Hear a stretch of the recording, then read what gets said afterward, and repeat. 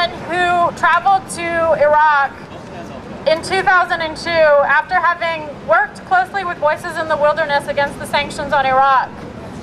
And I can speak to you today about what I saw there, about going to water sanitation facilities, electrical facilities, hospitals and schools, and seeing how sanctions prevented the ability for people to get clean water, to repair the electrical grids, to import medicines and medical devices needed in the hospitals, and to import lead pencils or school books for children to use in schools.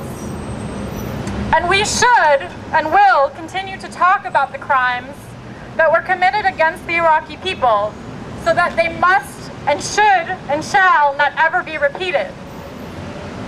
But some people will argue that the sanctions on Iraq worked.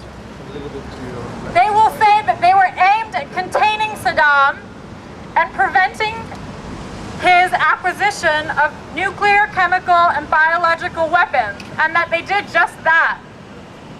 They will even state that the death of upwards of 500,000 children was a necessary cost of that containment. The truth is that over time, Saddam became less cooperative and more aggressive as sanctions continued, and that his alleged non-compliance was used repeatedly as a justification for bombing campaigns and an eventual invasion and occupation of that country.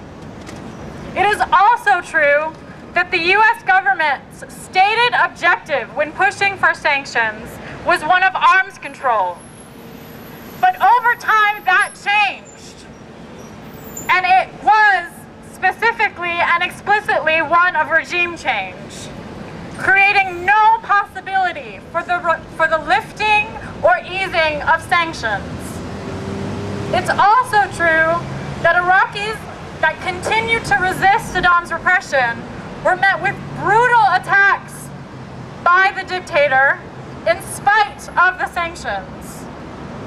We know that sanctions, coupled with corruption of those in power, be they in the US, in the EU, on the UN Security Council, or in Iran, have wreaked havoc and can wreak havoc on a society.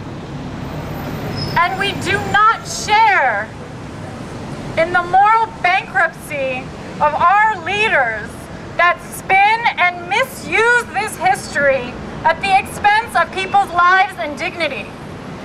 We must not mistake that sanctions are and will increasingly become a collective punishment against the Iranian people. We must not allow these crimes to be carried out in our names, and therefore we must demand